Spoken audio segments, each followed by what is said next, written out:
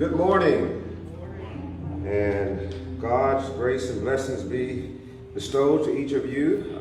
It's a great morning. It's the third Sunday in October. It's a little drab outside. It's not cold. Hurricane Delta has made its trek across our land, and God has spared us to see one more day, not necessarily sunny, but how many of you know that God is still good?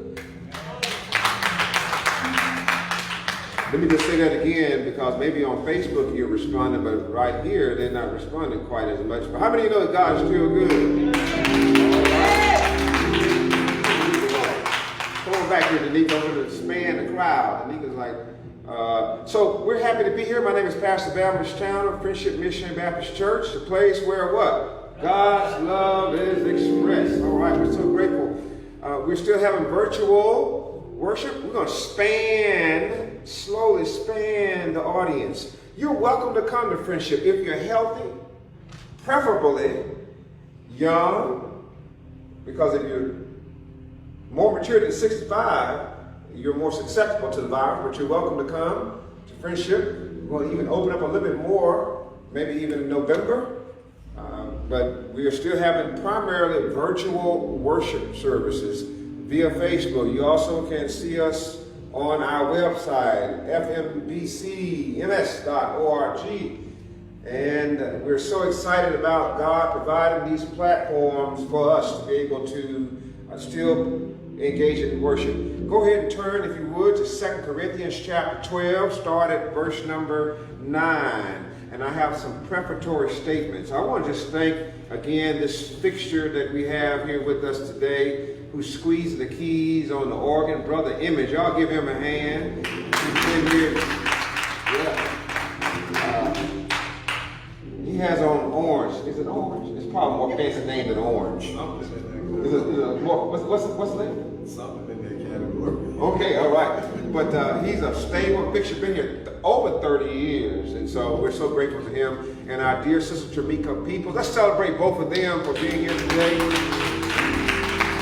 Again, as you're turning to 2 Corinthians chapter 12, verse number 9, I'm so grateful for those of you that are able to come, my brothers, my partners in the ministry, deacons that are here today. Brother O'Brien, I'm going to go ahead and tell you now, I want you to do the closing prayer. So go ahead and get your prayer helmet on there. We're so happy to see again those brothers that are here, all of you, sisters as well, for coming. You're welcome to come again and doing these services, but we are making it available for you virtually. Let me go ahead and say this quickly. We've been in now 7 months of this virtual worship service.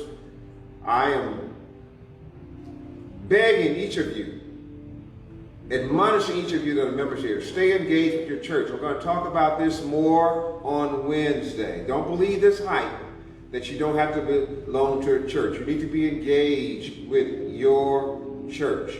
It is true. I see it on social media. People are doing everything. They're going Walmart in Greenwood, man. I mean, that's probably the most busiest Walmart in Mississippi. I've never driven by that Walmart in Greenwood where the parking lot wasn't packed. So we know people are doing things. They're going about as if times are normal and then taking a vacation on church. So we're not here to taunt you or to troll you, but I implore you as your friend to make some time for the Lord. If you're not coming here physically, which is fine, I hope that you're tuning in live, as well as if you can't tune in live, I hope that you're going back after the proceedings of live Facebook and tuning in. Woe unto you if you're not tuning in to your church. It is so important for your spiritual growth and spiritual development. So please do that. Now, a few announcements. I've been running all over the place. My dad is not here today, nor is Natasha. I shouldn't say this. I left him in the bed because we've been running, and Natasha probably won't me to say that, but they were in the bed, Brother Hayes, when I left home, because we left Friday afternoon going to Houston, Texas, and came back late last night to check on a sick family member. And you know, the older you get, these drives are not easy on you. And so that's why they're not here today. Hopefully they're up now. And next Sunday, there's some interesting things happening here. My dad's sister passed away in Chicago, Illinois. Good to see you, preacher. Right. By the name of Margaret Jones, Margaret Town Jones, we call her Aunt Ann. She passed away, and her funeral is going to be this coming weekend. So that makes some interesting things for me to happen. It's going to happen with me. That's going to squeeze me. So that's why we pushed down the pastor's anniversary and first lady anniversary until the first Sunday in November. Miss Smith and Miss Mother Potlow and all of you, please accept my apologies. I gotta try to get my dad to his sister's funeral, his sister's homegoing celebration. So again, I'm just making it public out there because I don't want you to think anything going on fancy or not fancy, suspicious. But we're just having some interesting things.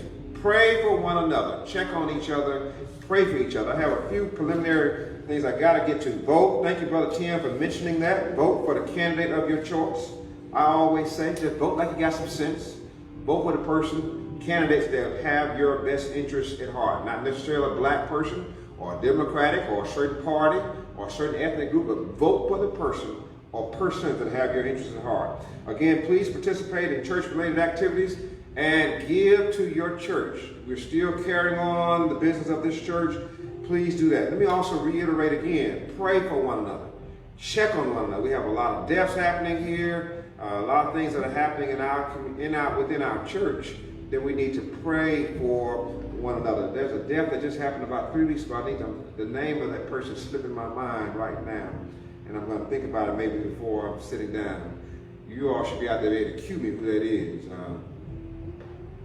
It's a man passed away, but Brother Hayes, you don't know who that is, okay? But I'm going to get that momentarily. But anyway, but we got to pray for one another, check on one another, and because God's church is not closed. All right, everybody say amen? Amen. All right, we're so happy to be here. Be sure to like us, follow us on Facebook, as well as, if you're inclined to do so, share us on Facebook. I'm learning. We're trying to get accustomed to this venue of having virtual services. This is what we're going to use until we feel safe to come. Again, people are doing everything out there in the world, but we feel this is the best thing for us to do within the church. We cannot give reasoning as to why people are doing everything and then refusing to do spiritual things. That's between them and the Lord. But we feel for our church it's best right now to engage in this virtual format.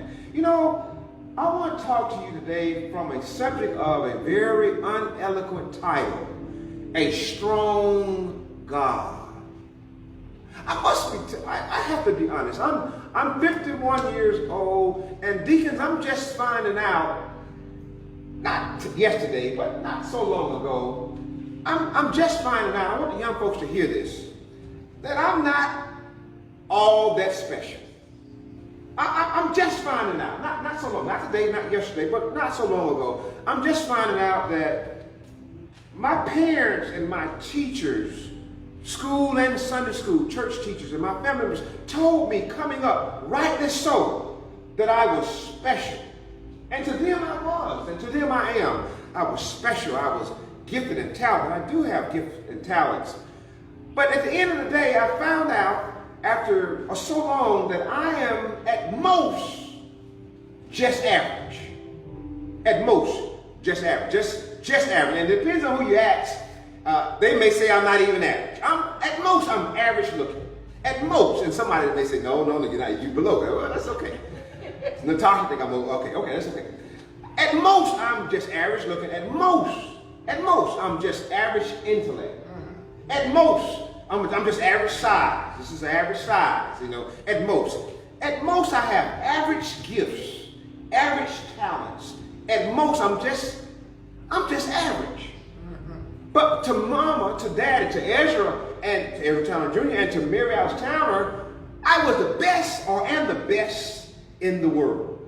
To my wife, I'm all that. And to my family members, I'm all of that. But at the end of the day, when they get finished talking, I'm just average.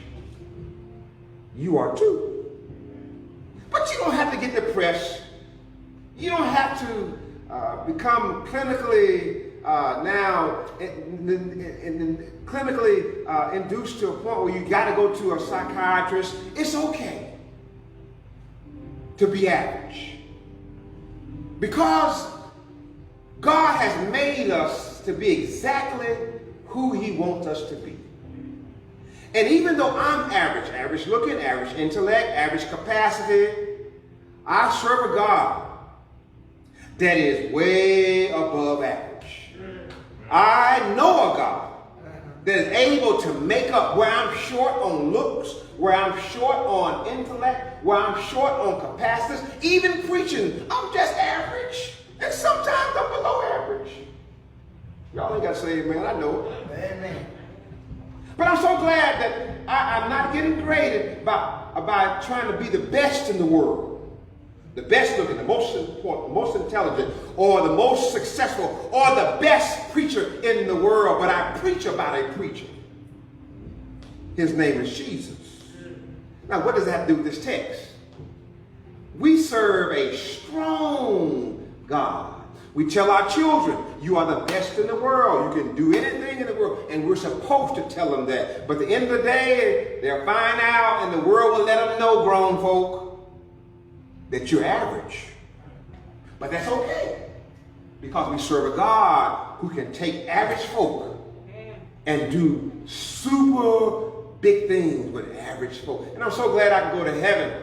I can go to heaven without having done what human beings call great things. I may not ever win a Nobel Peace Prize. I may not ever become a rich or wealthy person. I may not ever become revered by the people in this world. But that's all right. God can still say, servant, well done.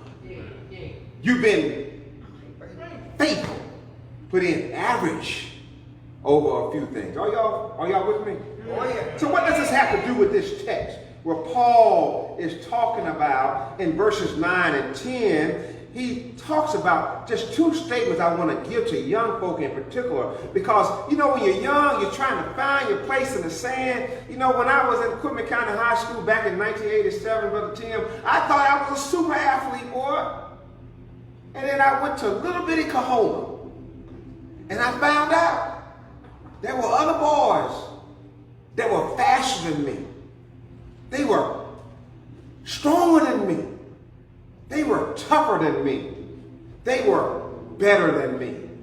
Well, I'm not talking about joining a football team. I'm talking about in life.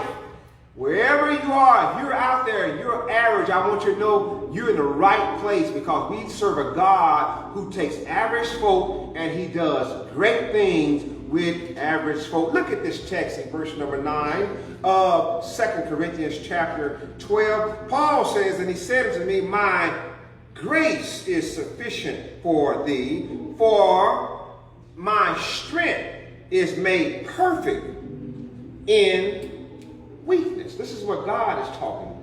My strength is made perfect in weakness.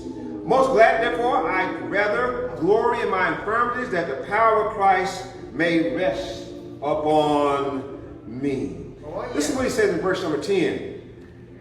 Therefore, I take pleasure in infirmities, in reproaches, in necessities, in persecutions, in distresses for Christ's sake. For when, are y'all with me? For when I am weak, he says, then I am strong. Let me just put it. When he says in verse number 9, again, that first part of verse number 9, he says, for my strength is made perfect in weakness. Put in the word weak for weakness in average. He says his strength is made perfect in average. And then go to verse number 10. In the bottom part, he said, for when I am average, then I am strong. Oh, I feel like this right here. Let me tell you something. We love strong things. They have what's called strong men competition, where men come and they show off their strength and their skill and their grit. There are many events that they participate in what's called a strong man competition. They pull trucks, they press kegs, they flip tires, they load stones. They do all these things to show that they are strong. We have a thing called the Mr. Olympia contest, where men come, ladies, and they show off. They have muscles they show off that I never even thought they had muscles in their body. They just show off their muscles. And y'all are quiet, but y'all tune in. They show off their muscles. They got muscles all in their head and their toes. Mr. Olympia, they show their strength. There are notable characters in the world, such as Samson, who was strong, had his hair cut off, eyes plucked out, and he prayed for God's strength, and he killed more people in his dying than he did in his whole while he was living. We have mythical characters such as Hercules, Greek character Hercules, whose daddy was Zeus. Hercules was known for his strength. We have biblical characters such as Goliath, continue, strong folk. We notice strong things, certain foods and certain drinks.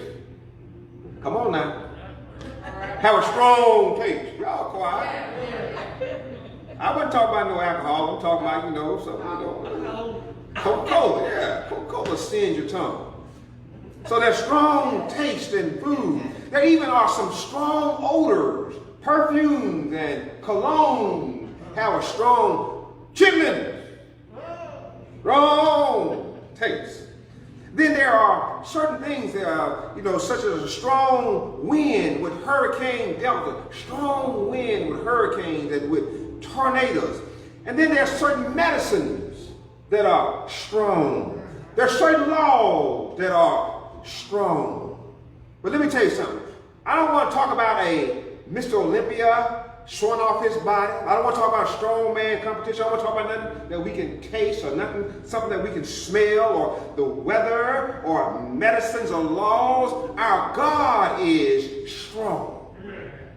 Now, we portray God and view God as being anemic and weak. And I'm not saying God has strength. I almost said he has power, but power and strength are different. You can't have power unless there is strength. In fact, strength gives power. God has power, which means that in the end, he has the victory. But let's be honest about it, particularly young folk. We don't want to wait until the end.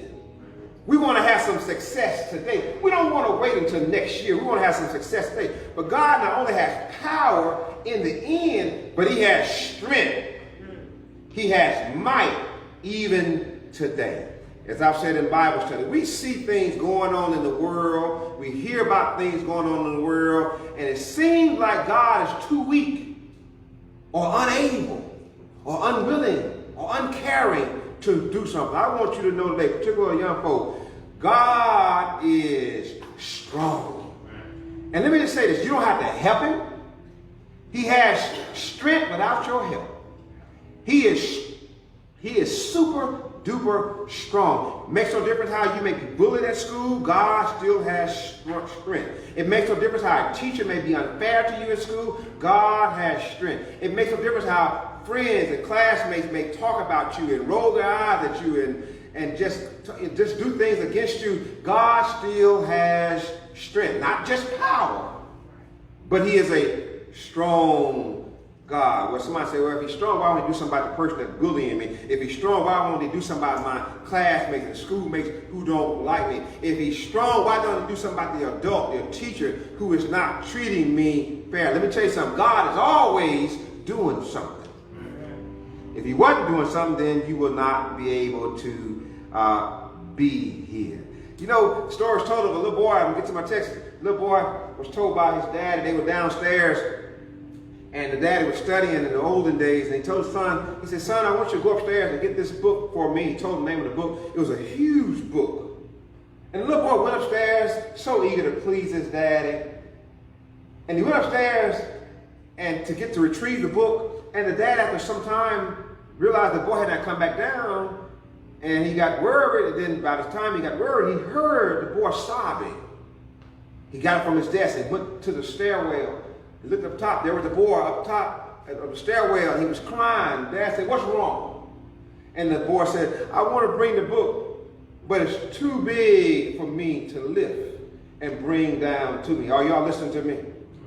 It's too big for me to lift and bring down to you. In an instant, the dad left from the bottom of the stairwell up to the top, scooped up his boy and the book, and the dad brought the boy and the book downstairs. Perhaps you want to do something for God right now. in your life. You're trying to live a certain way for God. You don't have the power. It's too hard for you to lift up, trying to be unlike your classmates or unlike your friends or unlike your unguided or ungodly family members. Let me tell you something. Just start crying out to God. And God, instead of going upstairs, he'll come downstairs. And he will pick you up and take you in his gracious and merciful arms. And whatever it is that you're trying to do for him, he not only pick you up, he will take you, and whatever you're trying to do for God, he will do it because he will have you in his arms. Somebody else say amen to that. Amen. So what do you do? What do you do? What do you do? What do you do? We serve a strong God. Why is this important, particularly for young people? Why is this important? Because listen to what Paul said. He says in the upper part of verse number 9, again, he says, my grace is sufficient for you. My strength is made perfect in weakness. You're average looking, you're average gifted, you're average talented, you're average, maybe below average. That's all right. He says his grace is sufficient for you. Let me give you some points to realize how we got a strong God. We must realize that actually, write this one down. Now, this is a good one. This is going to. Actually, when I'm strong, I'm weak. That doesn't sound right, Brother Tribute. When I'm strong, I'm weak. When I think I have it all together, when I think I got all the sense, when I think I got all the plans, when I think I have all the T's crossed and the I's dotted, when I think I have all the logic and the rationality in place, when I think that I am strong, young person, I'm actually weak. Let me say something for folks that are my age and older. When you look back on your life, if you're honest, you look back on your life if you're 50 and older, and you look back on your life when you were in your 20s, your 30s, you know you didn't have much sense. Y'all ain't talking back to me. Somebody say, speak for yourself. I'm speaking for you. You knew everything. Because you didn't have no high blood pressure, you didn't have no sugar diabetes, you didn't have none of these ailments that you got now. You knew everything. But when you look back up on it, you realize how vulnerable you were. When we are strong, we actually are weak. Let me tell you why. In my mind, God takes a break. When he says, bad, you got all the sense. You think you know everything, and you're going about just living your life day to day as if it is your life. Let me tell you what I'm going to do. I'm going to let you have it on your own, and I'm going to just sit back. And let me just say this. Whenever you're on your own, you don't have no power. Let me speak for myself then. If I'm on my own, I don't have no power. I can't do nothing on my own except fail. So he says, I'm telling you that when we are strong, we actually are weak. Somebody said, what do you mean I'm strong? I'm not talking about physically strong. When I think I got it all together, when I think I'm on my own and I don't want to listen to my mama, my daddy, my grandma, my granddaddy, folks that are older than me and been down the road that I have been down, and I don't want to listen to the Lord, I think I got it all together. I'm actually weak. I'm as weak as somebody in ICU.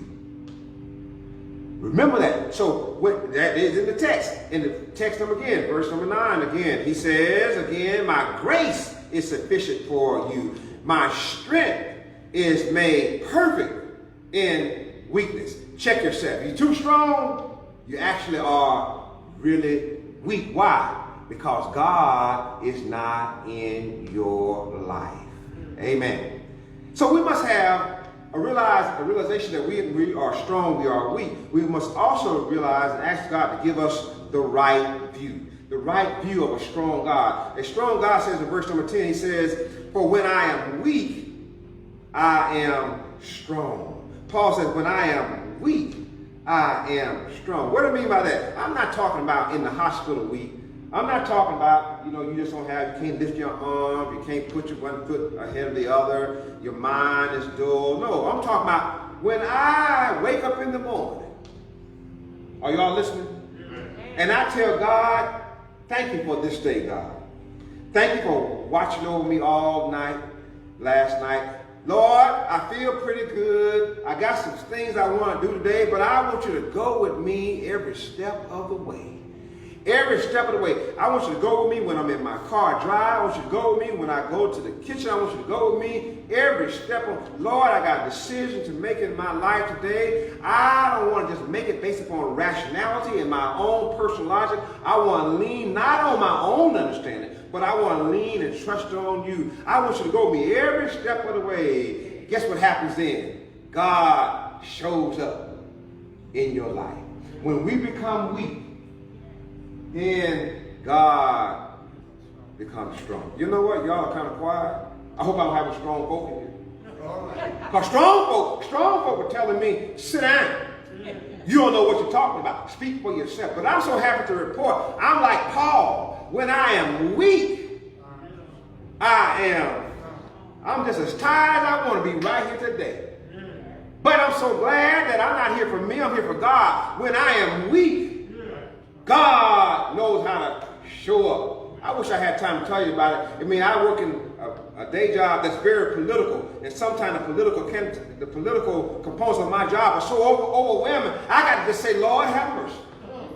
Lord, I can't handle this. I can't form an alliance over here. I don't want to form an alliance. I don't like to play the political game. I'm just here. You put me here. And if you want me to stay here, and if you want me to thrive and survive, I'm depending on you. You know what I found out, deacons? God tends to make stuff work out for me. Just like I'm here right now. I'm trying to preach to y'all. Y'all look quiet. I know you got the mask on. All right. But that's all right. I'm waiting on the Spirit to come and take up for my weakness. Keep your mask on. You got to keep it on. We said, listen, I want to know when I am strong, I am weak. When I want to also understand that I got to have the right view of God and His strength. Because the songwriter is right. Without God, what does it say? I could do nothing. Without Him, I would. Without Him, my life, y'all can help me now, would be rugged. How would it be? Like a ship without a sail. Amen. Amen. And so here I am right now. You know, some time ago, as I'm finishing up, some time ago, my mom was 20 in 1999. She had a surgery by a guy by the name of Dr. Lorenzo, an ENT doctor. It was a high-risk surgery, but she needed to have the surgery. And so some 21 years later, I ended up seeing him for an issue with my dad with him, and we reminded him about how he did the surgery. And he remembered, and he says, oh yeah. He said, I was young and cocky then. He said, I had no business doing that surgery. And he said, if I had to do it today, he said, I wouldn't have the courage or the confidence to do it. I thought about it. I said, boy, you just summed up a lot of our lives. Many days we wake up, we just living on our own. Just going about, going to work, going to school, living on our own, thinking that we're doing it on our own, and it's not us. But it's like the songwriter said, it was God all of the time. Y'all give God some praise for that. It's God all the time. I got the rush. He said, listen, when I am strong, I am weak. When I also must realize that God's a strong God, when I have the right view of God, that I cannot do anything without Him.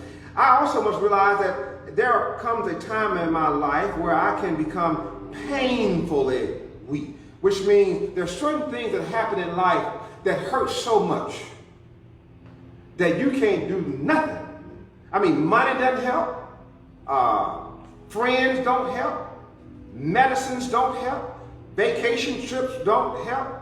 Company doesn't help. There comes a time in your life where you must realize that you're at a point where you are just too weak and you're too powerless to do anything. And what happens then, if you admit that, God again will show up. When you admit that you're in a situation where you have tried to get yourself through and you can't get yourself through, God will show up. Anybody know what I'm talking about? God will show up.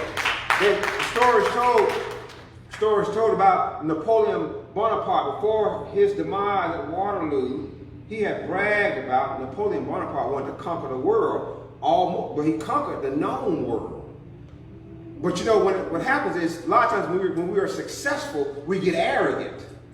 And arrogant is a sign of living without God. Right. So the more he conquests the world, the more arrogant he got.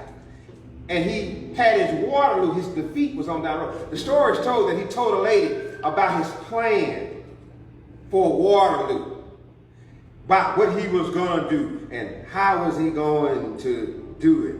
And the lady corrected him and said, "Sir, man proposes, but God deposes or disposes. Man can only propose, but God can dispose." In other words, I need to be at a point where I don't propose nothing, but I say, "God, if it be your will, I want to try to do this today. I want to try to do this evening. I want to try to do this tomorrow. I am trying to propose, but I want you to not dispose me, but I want you to accept what I'm trying to propose." Because you know, God doesn't have some power. He has all power. So we come to a point again that when I am strong, I am weak. I must have the right view of a strong God. I must understand that sometimes when I become painfully weak, I've come to a point in my life where I'm kind of getting accustomed to being weak. Now, I'm not talking about, I can do a few push-ups. I can do a few sit-ups. But I'm not talking about strength, physical. I got a pretty good mind. I can still do a few mathematical equations. I can still, I still know what day of the week it is. I don't get lost on my way home. But I'm not talking about intellect. The older I get, the more I find out that I am weak. But I found out there is some comfort in being weak. Because Paul said, I want young folks to get this, because you're so young now, you're so strong, and you want to do it all on your own. But Paul says again, he says, my strength is made perfect in weakness. God, in other words, God can show out when we get to a point when we're in a situation where we realize that we are weak, and where we are honest about our weakness, he then becomes strong. Paul says, therefore, even though I'm weak, are y'all out there? Even though I'm weak, I still feel strong. You know, you get to a point in my life, deacons, it's tough to see a parent deteriorate, and you can't do nothing about it. It's tough to see loved ones get sick and pass away, and you can't do nothing about it. It's tough to see stuff happening in politics that you know is wrong, and you can't do nothing about it. I'm like the Williams brother. I'm truly just a nobody. And the only thing I can do is try to tell everybody about somebody who can say, y'all been listening to me, that's old. But listen. So I'm getting paid. I'm getting a little comfortable with being weak. But let me just tell you something. I was foolish when I was young because I thought I had good sense and I thought I had strength. But it wasn't me. It was the Lord. That's who woke me up this morning. It was the Lord. That's who started me on my way. It was the Lord. Years ago, the infamous ship, the Titanic, left Belfast in England. It was termed as the unsinkable ship. And there was a little small church in that town that had 16 members of that church who were part of the architectural team of the Titanic. On its maiden voyage, leaving England, headed to America, it hit into the Atlantic Ocean. You know what happened. It hit an iceberg and it sunk. Can you imagine the news when finally verified? It came to that little town of Belfast, England. And it's a little small town like Greenwood, like Marsh, like Clarksdale, where everybody knew everybody. And they were so sad. The word is that men were embracing each other on the streets. and hugging each other and crying. Women and children were crying because they knew of folk who were on the ship that sunk in the Atlantic. After the word was verified, there was an old preacher. See, you always need a little preacher. See, you may not like the preacher, may talk about the preacher, but you always need a preacher because the preacher got the word for you. So the ensuing Sunday, after the ship had sunk in the Atlantic, they had church in that little church in Belfast, England. The church was packed because members that were a member of that church were no longer going to be able to be there. They would perish in the sea. The church was packed. And the preacher got up and he said, I want to talk to you about the unsinkable ship. Now, he didn't talk about the Titanic, but he talked about another ship. Tis the old ship of Zion. Anybody know what I'm talking about? King Jesus is the captain. How many of y'all know it has landed? Many of now, and the only thing you got to do is come on board. I want to tell you today that I feel so strong. Not money, not help, not popularity, not networks, but I feel strong. Let me tell you something, young folk, that'll make you strong. Kindness, that will make you strong. Long suffering, that will make you strong. Learning how to forgive, that will make you strong. Being patient, that will make you strong. Being unselfish, that will make you strong. Having a little faith, that will make you strong. Having some contentment, that will make you strong. I'm going to my seat now, and Paul talked about it in chapter 13. Having a little love will make you strong. Come here, Calvary. He looked weak on Friday. He stayed in the grave 3 long days. But can y'all finish the story? Early Sunday morning. How many of y'all know he got up? I said early Sunday morning. His strong daddy took him out of the grave. And then he said, I got all power in the palm of my hand. Don't go by the current score.